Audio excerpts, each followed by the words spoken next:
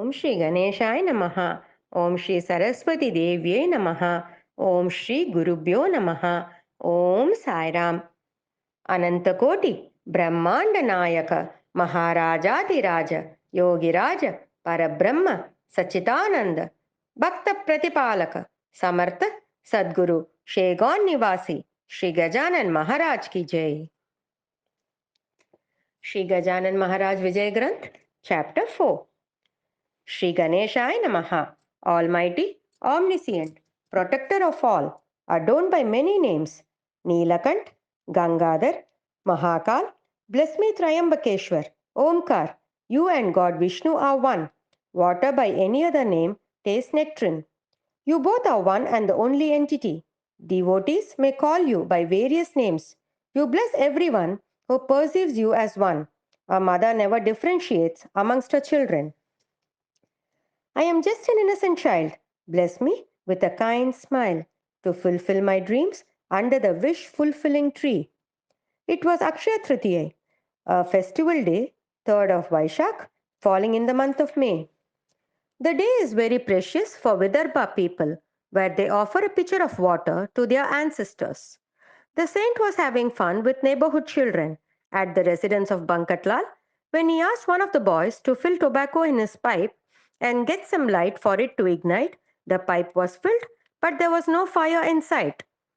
Not yet at Bankatlal's, who suggested them Janakiram. Janakiram was a goldsmith there. All goldsmiths ignite fire in the morning. It's essential for their routine. The children went to the goldsmith and asked him for an ignited piece. Janakiram was furious. He refused to give fire on a day so precious. As Akshaya Tritiya, auspicious, the children said, "Don't be superstitious. We require it to light the pipe of a saint pious." Janakiram turned down the request. "I don't recognize him as a saint. He has no caste or creed. He eats them from anyone's hands, smokes tobacco and heroin. He remains bare, drinks dirty water, and behaves crazily. Pankatlal is crazy too, to go after him. If he is a saint, he can start a fire for himself with his supernatural powers, as did Jalandhar, who used to ignite fire for his smoking pipe. Don't stand here. Better go away. You won't get any flame for that lunatic saint. I don't care at all." The children returned and told the saint of the entire conversation. The saint flashed a smile and picked up his pipe. He asked Bankatlal to get a matchstick and hold it over the tobacco. Bankatlal did it and was surprised to see the pipe burning bright. This was what happened with the saint's grace. At Janakiram's place, it was something else. He hosted a feast on this festival day for guests and relatives all the way. Tamarind curry is essential for Akshaya Tritiya as neem leaves chutney for Kudi Padwa. Guests saw worms in the curry. They felt nauseous and left the place in a hurry.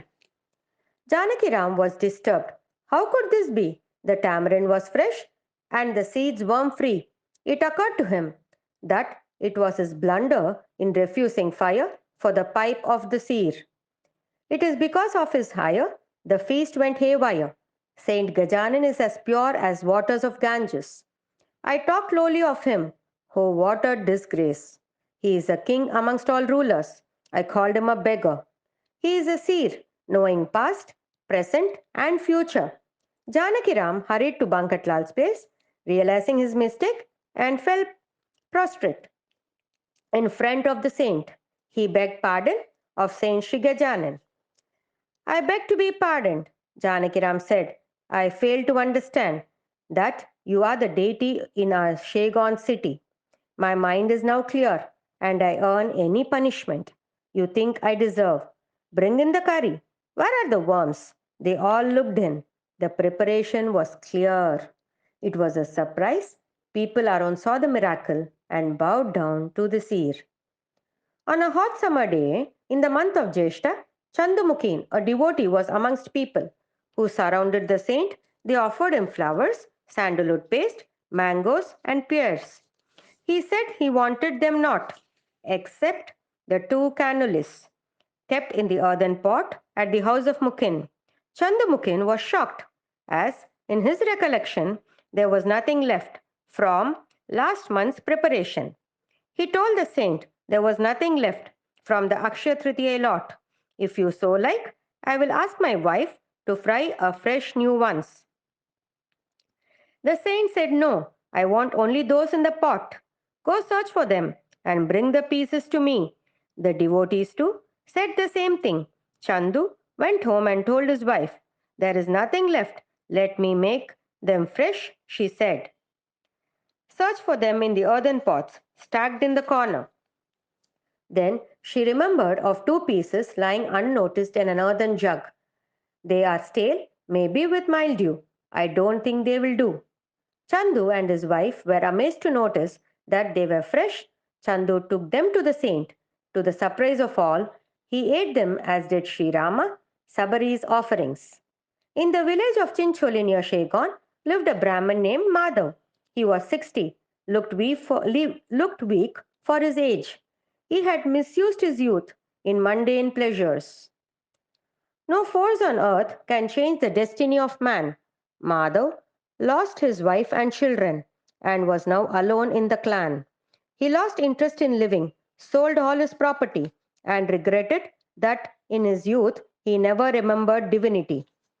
He begged pardon of God again and again and asked for his blessings to save him from this pain full of repentance. He came to Saint Gajanan, squatted at his door, chanting God's name. The saint watched him for a day and said, whatever you are doing is not appropriate. It is like getting a doctor after the patient's death or tying nuptial knot at an older age. Things should be done at the proper time. Don't start digging a well when the house is on fire. For fruitful results, do things in time. You toiled all the while for folks and left you alone.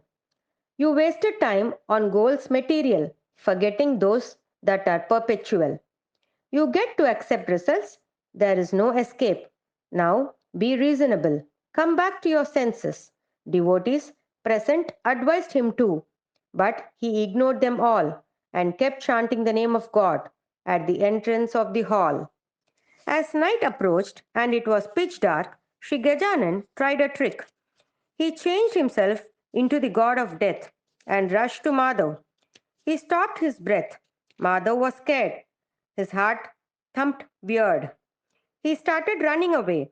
The saint revealed himself and loudly said, is this how much strong you are?